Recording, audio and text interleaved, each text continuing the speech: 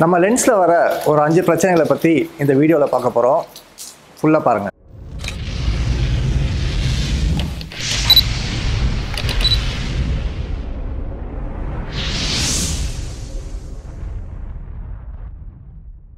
Hi friends, நான் R.Prasanna, professional photographer and photo mentor. இந்த வீடியோல நம்ம யூஸ் பண்ற கேமரா லென்சஸ்ல வரக்கூடிய ஒரு 5 முக்கியமான பிரச்சனைகள் என்ன அப்படிங்கறத நம்ம பார்க்க போறோம்.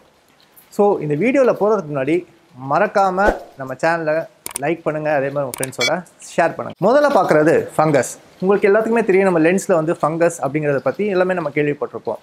ஸோ இந்த ஃபங்கஸ் எதனால ஃபார்ம் ஆகுதுன்னு பார்த்தா, ரொம்ப நாள் நம்ம வந்து கேமரா லென்ஸ் யூஸ் பண்ணாமல் வச்சிருக்கிறது, முக்கியமாக ஒரு ஹியூமிடான என்வாயர்மெண்ட்டில் வச்சிருக்கும் போது கண்டிப்பாக உங்களுக்கு லென்ஸில் வந்து ஃபங்கஸ் வந்து ஃபார்ம் ஆகிறதுக்கான சான்சஸ் ரொம்ப அதிகம்.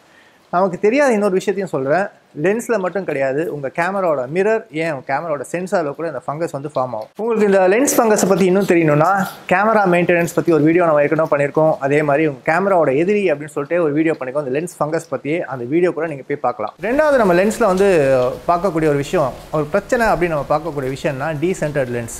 டீசென்டர்ட் லென்ஸுங்கிறது நிறைய பேருக்கு லென்ஸில் ஃபோக்கஸிங் இஷ்யூஸ் வரும்.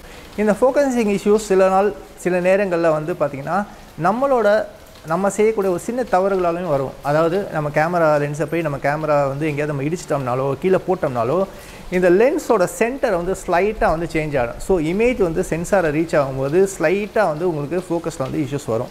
மூணாவது விஷயம் பார்த்தீங்கன்னா, உங்கள் லென்ஸில் இருக்க இமேஜ் ஸ்டெபிலைசேஷன், விஆர், இந்த மாதிரி விஷயங்கள் உள்ளே இருக்க சின்ன வந்து இது வந்து ஒரு ஃப்ளோட்டிங் பார்ட் மாதிரி இருக்கும்.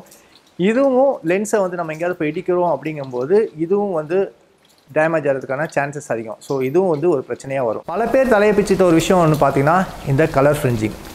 நிறைய பேர் வெட்டிங் ஃபோட்டோகிராஃபர்ஸ் ஒரு ஹைலைட்டோட நல்ல பேக்ரவுண்ட் வந்து பிரைட்டான சன்லைட் வச்சுட்டு ஷூட் பண்ணும்போது இந்த மாதிரியான ஒரு கலர் வந்து பார்த்துருப்பாங்க. இப்போ பார்த்தீங்கன்னா இந்த குதிரை படத்தை நான் அப்படியே நான் உங்களுக்கு வந்து ஜூம் பண்ணி காட்டுறேன். இதில் பார்த்தீங்கன்னா அந்த குதிரையோட முள்ளில் பார்த்தீங்கன்னா ஒரு லைட்டாக ஒரு பர்பிள் கலரில் வந்து அப்படியே வந்து ஒரு ஷேடு தெரியுது. இதை வந்து நம்ம பர்பிள் ஃப்ரிஞ்சிங்னு சொல்லுவோம். இது வந்து chromatic aberration அப்படின்னு சொல்லுவோம். இந்த வகையை சேர்ந்தது. ஸோ ஒரு லென்ஸை வாங்குறதுக்கு முன்னாடி நீங்கள் இதையும் வந்து செக் பண்ணணும். அந்த லென்ஸில் வந்து chromatic aberrations வந்து கண்ட்ரோல்டாக இருக்கா அப்படின்னு பார்த்துட்டு தான் நீங்கள் அதை வாங்கணும். இதுக்கப்புறம் நம்ம முக்கியமான விஷயமா பார்க்குறது, ஒரு பிரச்சனையாக பார்க்குறது லென்ஸில் இருக்க டிஸ்டார்ஷன். குறிப்பாக நீங்கள் 18-200 இந்த மாதிரி சூப்பர் ஜூம் லென்ஸஸ் யூஸ் பண்ணும்போது இந்த மாதிரி பேரல் டிஸ்டார்ஷனோ இல்லை பின் குஷன் டிஸ்டார்ஷனோ நம்ம வந்து ஃபேஸ் பண்ணுவோம். பேரல் டிஸ்டார்ஷன் அப்படிங்கிறது ஒரு ஸ்ட்ரெயிட்டான லைன்ஸ் நம்ம ஃப்ரேமில் வைக்கும்போது, உதாரணத்துக்கு நம்ம ஒரு பில்டிங்கை ஃபோட்டோ எடுக்கிறோம்னு வச்சுக்கோங்க, அந்த லைன் வந்து ஸ்ட்ரெயிட்டாக இல்லாமல் லைட்டாக அப்படி பல்ஜான மாதிரி ஒரு ஃபீல் வந்து கொடுத்துரும்.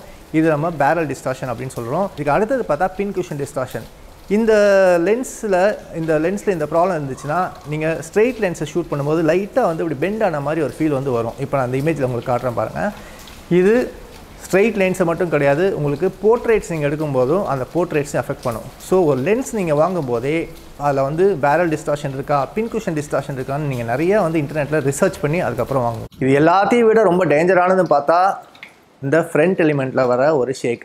லென்ஸை நம்ம வந்து க்ளீன் பண்ணுறோம் அப்படிங்கிற பேரில் பிடிச்சி ரொம்ப அழுத்தி தேய்ச்சாலும் அந்த ஃப்ரண்ட் எலிமெண்ட் வந்து சம்டைம்ஸ் வந்து லூஸ் ஆகிடும். ஸோ அதனால் ரொம்ப கேர்ஃபுல்லாக ஹேண்டில் பண்ணுங்கள் லென்ஸஸை பொறுத்தவரைக்கும். ஸோ என்ன ஃப்ரெண்ட்ஸ், இந்த ஷார்ட்டான வீடியோ உங்களுக்கு பிடிச்சதுங்களா?